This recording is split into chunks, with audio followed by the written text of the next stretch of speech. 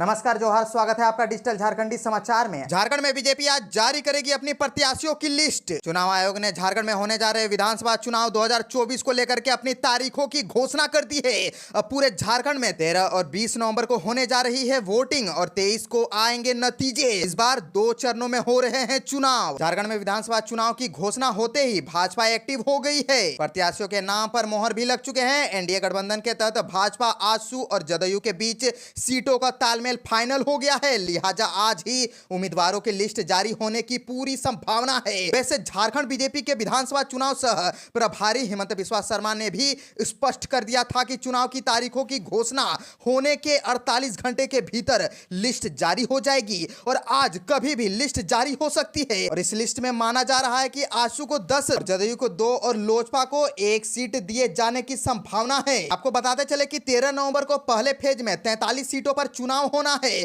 प्रत्याशियों के लिहाजा में चुनाव की तैयारियां करने के लिए बहुत ही कम समय बचा है और इसी बीच अलका तिवारी बन सकती है झारखंड के मुख्य सचिव। मूल कैडर में भेजने का प्रस्ताव भी अब स्वीकृत हो गया है। झारखंड विधानसभा चुनाव की घोषणा के बीच राज्य में बड़ा प्रशासनिक फेरबदल किए जाने की संभावना है। 1988 बैच की आईएएस अलका तिवारी को झारखंड मुख्य सचिव बनाया जा सकता है।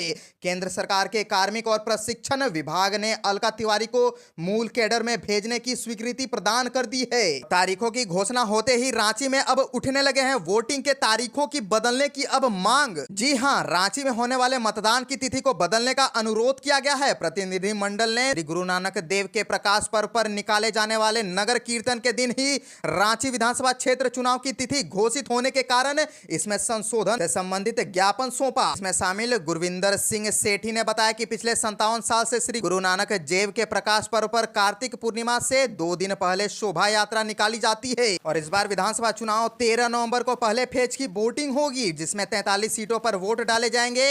वहीं दूसरी फेज की वोटिंग 20 नवंबर को होगी जिसमें 38 सीट पर वोट डाले जाएंगे और 23 नवंबर को काउंटिंग भी हो जाएगी और नतीजे सबके सामने आ जाएंगे कि कौन सत्ता में रहेगा। चुनाव की तारीखों की घोषणा के साथ ही राज्य में आचार संहिता भी लागू हो गई है। झारखंड विधानसभा की 81 सीटों पर वोटिंग होगी। इसमें से 44 सीट जनरल तो वहीं 28 सीट एससी और 9 सीट एसटी के लिए आरक्षित है। और मुख्य निर्वाचन आयुक्त राजीव कुमार ने जानकारी देते हुए बताया कि प्रदेश में वोटर्स की कुल संख्या 2 करोड़ 60 लाख है जिसमें से 1 करोड़ 29 लाख महिला मतदाता है। वहीं पुरुष वोटर्स की संख्या 1 करोड़ 39 लाख है। सरकार का कार्यकाल 5 जनवरी 2025 को खत्म हो रहा है।